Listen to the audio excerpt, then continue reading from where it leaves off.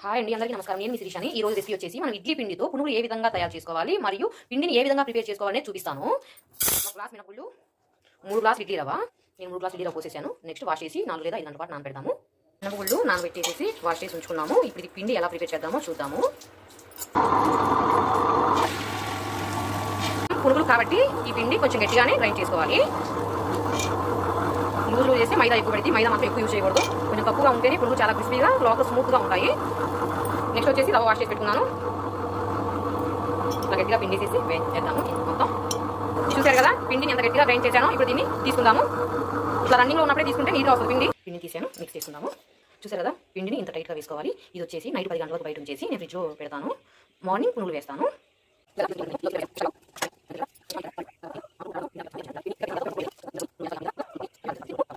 1 hour నానిపోయింది పిండి. Pan పెట్టేసి నేను ఆల్రెడీ ఆయిల్ హీట్ చేస్తున్నాను. పునుగులు ఎలా వేయాలో చూద్దాము. ఆయిల్ హీట్ అయిన లేదో తీసుకొని కొంచెం పిండి ఇట్లా వేసి చూద్దాము. కాగిపోయింది. ఇప్పుడు అన్ని పునుగుల్ని ఇట్లా పెట్టేసి ఇట్లా వదిలేయాలి. అది సాగిందంటే మాత్రం రౌండ్ రాదు. వేసేసాను. ఇవి ఏమైనా అనుకుంటే మాత్రం కదిలించొద్దు. కొంచెం కాలిపోయిన తర్వాత తిప్పేద్దాము. కాలముందే తిప్పితే మళ్ళీ పునుగు షేప్ అవుతుంది. ఈ పునుగు ఫస్ట్ వేసింది.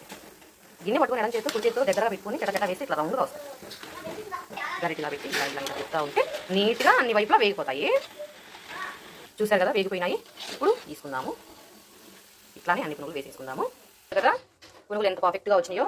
పైన క్రిస్పీగా ఉంటాయి, లోపల మెత్తగా ఉంటుంది. వేడివేడిగా ఉన్నాయి. చల్లారిపోతే ఇంకా చాలా బాగుంటుంది.